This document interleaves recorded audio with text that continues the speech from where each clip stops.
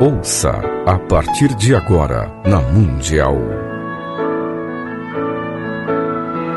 Programa Mônica Bonfilho. Falando de anjos, alquimia, oráculos, cristais, cultura afro-brasileira e muito mais. Programa Mônica Bonfilho.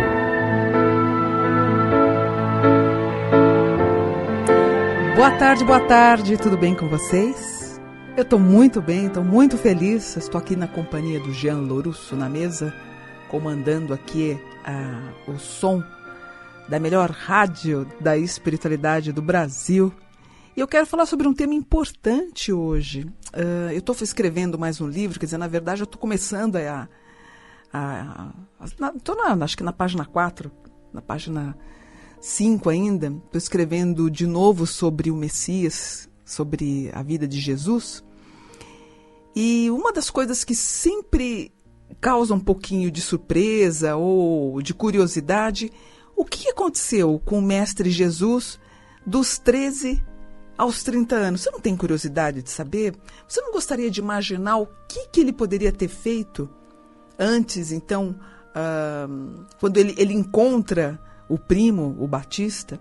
Ele tem o batismo e depois ele tem toda a comunicação com as pessoas, ele passa todo um conhecimento. O que poderia ter acontecido com ele?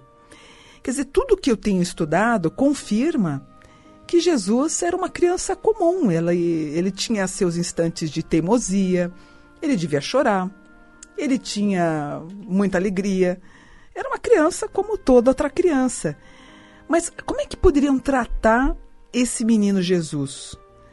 Será que os pais tratavam com cuidado, como se ele fosse um anjinho? Será que tratavam ele como um profeta?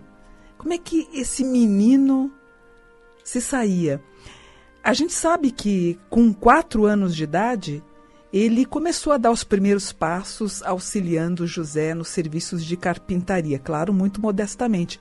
E tem uma passagem que ele está brincando com uma das crianças da vila, e eles sobem ao telhado e o menino escorrega, até muito motivado pelo Jesus, que estavam brincando, subindo no telhado e tal, e essa criança cai, bate a cabeça e morre. E teria sido uma das primeiras forças que Jesus teria colocado, então, com uma pessoa que talvez ele nem conhecesse isso. Ele ressuscita o menino. Mas por que a igreja não conta isso para a gente?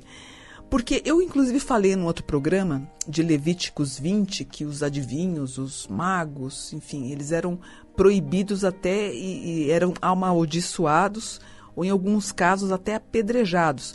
Quando mais velhos, eles poderiam até ser crucificados. Eu creio que o Jesus que aparece para nós, ele criança, ele adolescente, ele pode ter sim se parecido um pouco com o Jesus mago. E isso acabou criando um pouquinho de confronto, um pouquinho de problema até para a igreja. Como é que ela poderia lidar com as coisas que ele poderia ter se mostrado? Então a gente imagina que ele, por exemplo, ele ficava conversando com o primo João, que depois se tornou o Batista, né? E várias fontes dizem exatamente isso, que a gente tem a proposta de Jesus, não apenas Jesus como filho único, né? Mas Marcos afirma, assim como a Epístolas de Paulo, que Jesus teve irmãos e irmãs. Vocês sabem disso. Outro fato que é interessante quanto ao nascimento de Jesus, por exemplo, que Jesus ele não tira a virgindade de Maria. Ora, de fato, se ele não tira, como ele surge? Os textos apócrifos nos garantem que houve um grande choque de energia, na qual o menino aparece, então, no colo de sua mãe ou ao lado de Maria pós o nascimento. Ou seja, Jesus não tira a virgindade de Maria, e isso, inclusive, é um dogma da Igreja Católica. E outra coisa, é muito difícil que uma família judia tivesse naquela época apenas um filho. Você sabe que ter um filho apenas naquela ocasião era um escândalo, porque os judeus eles gostam de famílias muito grandes. E os filhos eram importantes também para colaborar na manutenção da casa. Ou seja, os judeus acreditam que um casal que não tenha filhos e teriam que ser muitos filhos, é um casal que não seria amado por Deus. Ou seja, o fato de Maria ter outros filhos depois de Jesus, pode hoje, eu tenho certeza que algumas ou alguns que estão me ouvindo podem falar, Mônica, é um escândalo isso que você está falando. Para outros estudiosos, isso não é escandaloso. Não há nada, absolutamente nada, de desmerecedor nessa sequência normal de vida de ter tido outros filhos. Por que não? Ou mesmo, por exemplo, outro fato que é interessante para vocês saberem, os historiadores contestam o massacre das crianças pedido por Herodes. Quando Jesus ele foge para o Egito, na verdade teve uma outra função que eu já vou contar para vocês. Então, existem algumas histórias parecidas, antigas, até tem vínculos até com o budismo. Tem no meu livro da Maria Judia, a Maria a Alquimista, que é a irmã de Moisés, que eu conto o relato sobre a trajetória deles, eu falo na parte final, eu conto mais sobre esses detalhes. Não tem nada de desmerecedor. Por exemplo, o período de adolescência de Jesus é uma incógnita. É muito complicado. Quer dizer, será que será que Jesus não passou pelo amadurecimento sexual como qualquer outro adolescente? Qual é o problema? Mas a gente não tem a menor ideia do que possa ter acontecido. A gente sabe, quando ele teve 13 anos, ele teve uma educação mais avançada, que é o Bet HaMidrash, onde a pessoa vai estudar o Torá com os mestres. Provavelmente ele deve ter recebido orientações também de seu pai, José. Ele pode ter meditado, ele pode ter estudado as Sagradas Escrituras. E naquela época, gente, os meninos casavam com 17 anos. O que ele fez, Jesus? Ele entra como um revolucionário porque ele resolveu optar pelo celibato. E isso foi, para mim, um primeiro gesto de inconformismo diante dos costumes vigentes da época, né? Então ele tomou uma posição de independência e de indivíduo, de individualidade. Jesus poderia ter namorado Madalena, por que não? Agora, há uma composição contra, dizendo que ela foi uma prostituta. Maria veio de Magdala, que era uma cidade vizinha. Agora, a ideia de colocar Jesus como um homem que não teve nenhum contato com si mesmo, nenhum tipo de possibilidade de amadurecimento sexual dele próprio, por que não? Por que ele não poderia ter namorado Madalena? Isso não tira a divindade de Jesus, ao contrário, quando você se vê aberto a várias possibilidades, por isso que eu sou, e digo que eu sou cristã espiritualista, eu creio no Cristo, creio em Jesus, e o fato de eu ter esse conhecimento dos livros através da teosofia, para engrandecer um pouco mais o meu conhecimento e sair da manada, sair fora da manada, é bacana isso. Agora, para nossa infelicidade, o evangelho fica quieto, ele fica silencioso. A gente não tem nada de Jesus dos 3, 4, 5 anos até os 30 anos. Agora, nos textos apócrifos, que foram textos condenados pela igreja e não aceitos pela igreja, porém escritos pelos apóstolos, sabia que Jesus poderia ter viajado para o Egito, para a Pérsia e até para a Índia? Em vários escritos a gente encontra relatos dizendo que Jesus até poderia ter passado pelo Tibete, no alto do Himalaia, gente. Olha que bacana. Quando Herodes, a gente tem o conhecimento que Herodes, se bem que não existe registro histórico que Herodes mandou matar as crianças, mas quando Jesus foi levado ao Egito por seus pais José e Maria, ele pode ter sido levado pelos 3 reis magos. E nesse lugar mágico, no Egito, ele poderia ter aprendido a essência das parábolas, que era muito utilizado pelos egípcios. Até mesmo o símbolo do peixe também era muito utilizado naquela época pelos egípcios. Outra coisa, a gente tem muito a ideia de que Jesus, a ideia que nos passam, é que Jesus era um pobre lavrador. Jesus era um tecton, ele era um carpinteiro. Seria muito parecido hoje ou vou equiparar ao arquiteto. Porque naquela época o tecton, que eram os construtores, os carpinteiros, era uma profissão muito importante na época. Cresce também algumas tradições espiritualistas que Jesus poderia ter ido para outros países, como a Bretanha. Ele teria ficado lá 1 ano e meio, 2 anos. Aí você fala assim, Mônica, isso é um absurdo que você está falando. Só que o tio-avô, chamado José de Arimateia, o mesmo que envolve ele com o Santo Sudário, ele visitava, ele era um comerciante de estanho, então ele visitava também a Bretanha. Ou seja, existem relatos teosóficos que Jesus e José de Arimateia poderiam ter viajado para Glastonbury, onde existia a escola dos druidas. Outra coisa que pouca gente fala, mas Jesus sabia o hebraico. O hebraico era utilizado pelas pessoas que exerciam direito. Também falava aramaico, que era a língua geral do Oriente, muito comum. O grego não era desconhecido para ele, porque era a língua dos comerciantes, com que ele provavelmente falava diariamente. Alguns relatos rosacrucianos dizem que ele foi para Monte Carmelo, onde existia a escola dos essênios. Outra coisa importante existe também uma possibilidade de o nome dele não ter sido Jesus desde o início, né? Na verdade, a gente tem Emanuel. Ele poderia ter, o primeiro nome ter sido José. Segundo os registros dos essênios, o jovem José Jesus, ele terminou seus estudos oficiais no 13º aniversário, onde os 3 reis magos poderiam ter voltado e levado ele para visitar outros lugares.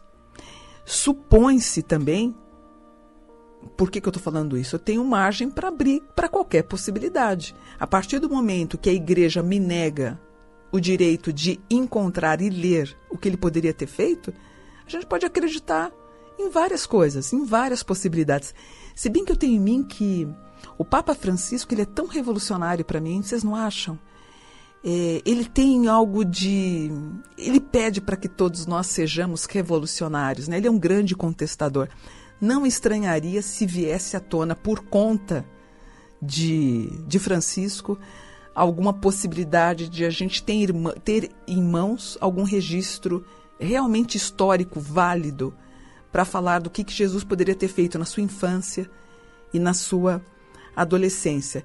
Porém, baseada nos textos teosóficos, Jesus teria partido para a Índia, onde ele poderia ter visitado o Vale do Rio Ganges, e ele teria tido acesso ao método hindu de cura.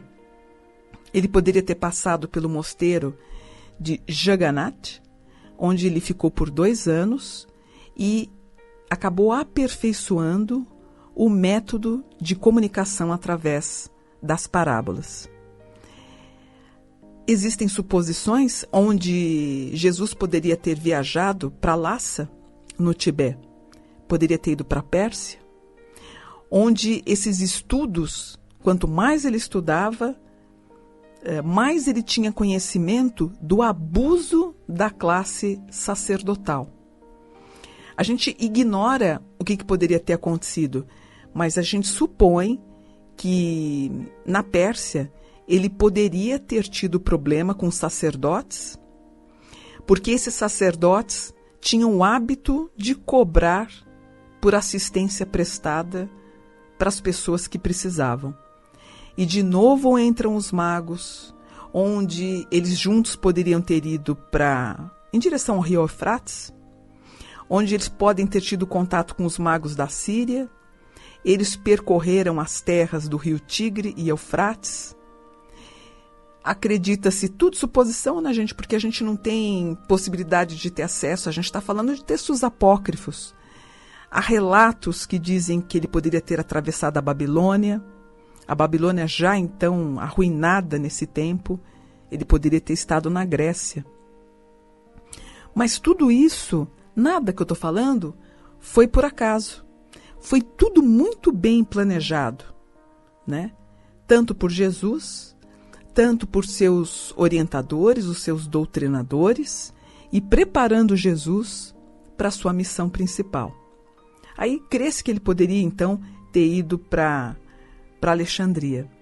Ou seja, a formação de Jesus não foi uma formação típica do ambiente de um menino comum. Outra coisa, sabe por que também estou falando isso? Eu assisti novamente um filme do Malcolm X, que foi até, não digo amigo, né, do Martin Luther King, onde ele contesta muito, mas foi no mesmo ano, na mesma geração, na mesma década que os dois estiveram juntos, lutando pelos direitos dos negros, dos afrodescendentes na América. Ele ficava indignado quando ele ficou preso, inclusive, em todos os lugares que ele ia. Depois ele começou a frequentar a igreja, ele não se adaptou. O que ele contestou muito, eu concordo com ele, é uma coisa que eu bato às vezes nessa mesma tecla, ele via o Jesus loiro, de cabelo comprido e de olhos azuis. Vocês já devem ter visto muito essa imagem. Mas essa imagem contesta muito, gente, a ideia de um judeu. Basta você, vai no Google agora não, depois do programa. Coloca lá judeu, escreve lá judeu, a aparência de um judeu. Geralmente eles são morenos, o cabelo preto, aquela barba cerrada negra. Não tem nada de loiro, de cabelo longo, um louro cacheado, com os olhos azuis.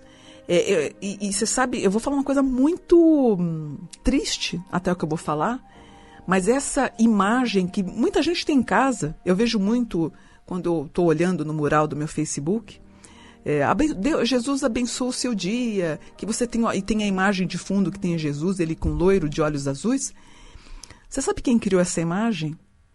Foi todo o processo de comunicação e propaganda de Hitler. Você fala, Mônica, não é possível. É verdade. É triste, mas é verdade. E infelizmente nós ocidentais vendemos e revendemos e voltamos e rebobinamos essa mesma imagem. Foi criado pelos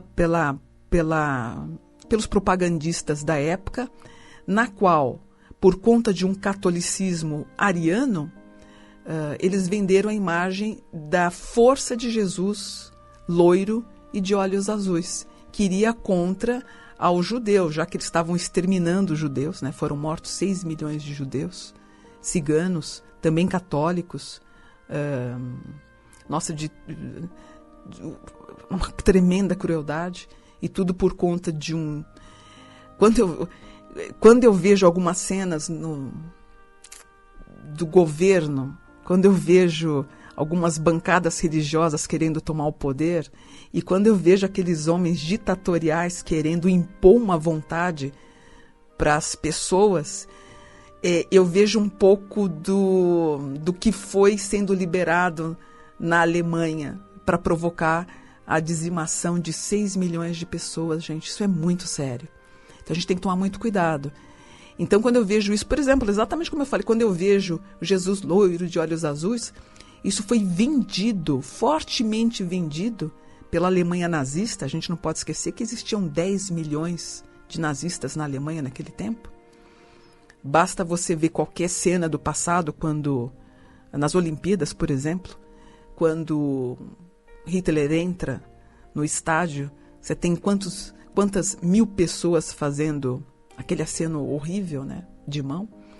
E aquilo foi vendido como a ideia do Jesus ariano para linkar com a ideia do catolicismo, que Jesus provinha de uma raça pura. Que, aliás, gente, tá até mais um comentário agregando mais conhecimento para vocês. Como espiritualista, eu tenho direito, e eu acho que o amor também pelo conhecimento, para vocês conhecerem um pouquinho. Acho que é bacana falar sobre isso tudo. Mas a gente tem, inclusive, um dos motivos de Hitler ter perseguido os judeus foi porque o Adão, junto a Eva, tiveram os 2 filhos, Caim e Abel. Caim mata Abel. Então, a descendência de Caim, segundo Hitler, foi uma descendência ruim. Por isso, ele se dá ao direito de dizimar os judeus. Olha para onde vai a cabeça de uma pessoa. Então, tudo que a gente vê, a gente tem que tomar um pouquinho de cuidado. Como cristã espiritualista, quando eu estudo, quando eu aprendo, quando eu leio uma informação, só agrega valor. Eu não deixo de amar Jesus, eu não deixo de amar meu Deus e não deixo de fazer as minhas orações de manhã e à noite.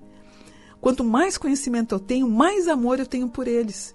Mas é importante a gente agregar conhecimento, para a gente não ser mais um da manada. Por exemplo, Jesus, ele era um homem bonito, e eu te dou minha palavra, uma coisa que eu tenho absoluta certeza. Um homem que transforma água em vinho, ele não era sisudo e nem carrancudo, me perdoe. Mas um homem que quando Maria chega e fala para o filho, filho, acabou o vinho, o que a gente faz? Estava numa festa de noivado. E o filho diz, mãe, pode deixar que eu dou um jeito. E ele transforma a água em vinho. Vocês conseguem imaginar um homem desse tipo transformando água em vinho carrancudo? Pelo contrário, ele devia ser muito carismático, senão ele não teria o grande número de pessoas, o homem tão popular que ele foi, sendo sisudo e carrancudo. A gente tem um exemplo aí do Papa Francisco, depois que o Bento saiu.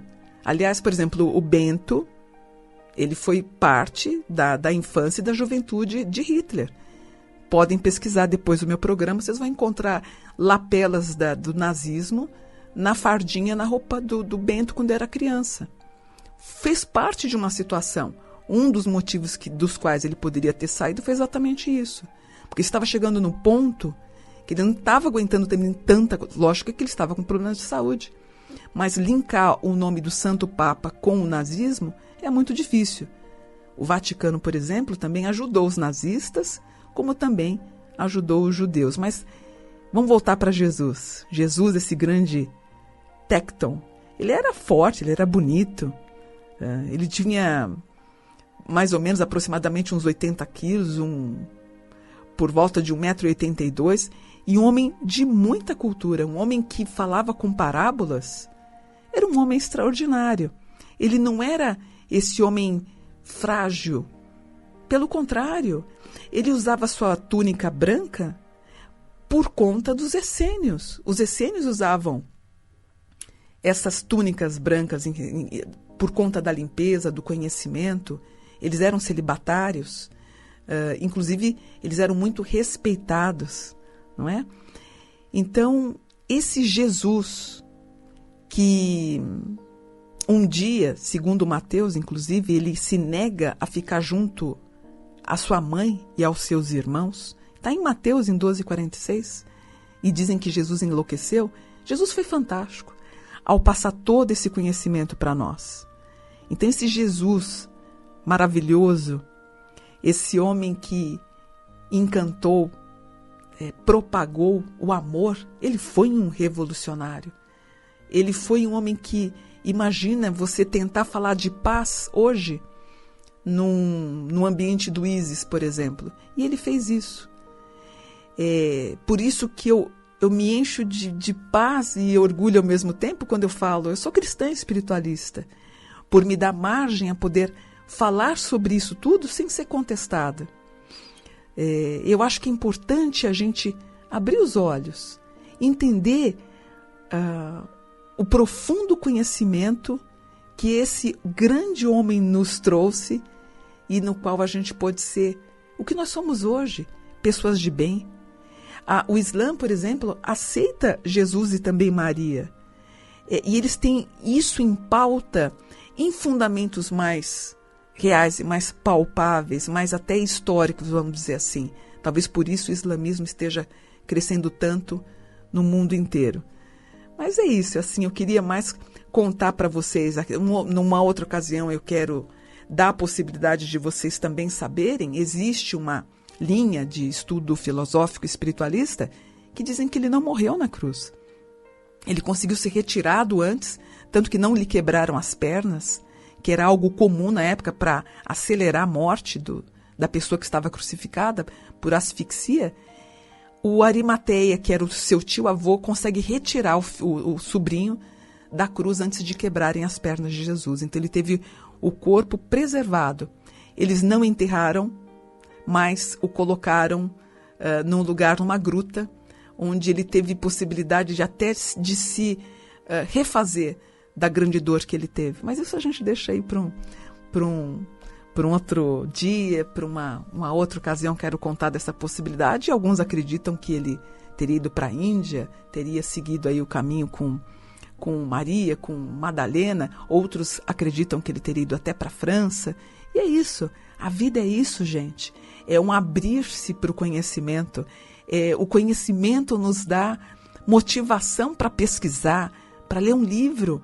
A gente não pode ser, eu volto a falar, a gente não pode ser manada, a gente tem que contestar, abrir os olhos e deixar que o amor entre também. Conhecimento também é amor. Deus é amor e amor é Deus, tá bom? Espero que vocês tenham gostado do programa de hoje. Numa outra ocasião eu volto a falar mais de Jesus, o nosso grande Messias. Que se você gostou do programa, fico muito feliz. Essa é a minha proposta, de falar sobre todos os temas da espiritualidade, além dos anjos, que eu gosto muito. E se você quiser me acompanhar no Instagram, eu tô lá no Instagram.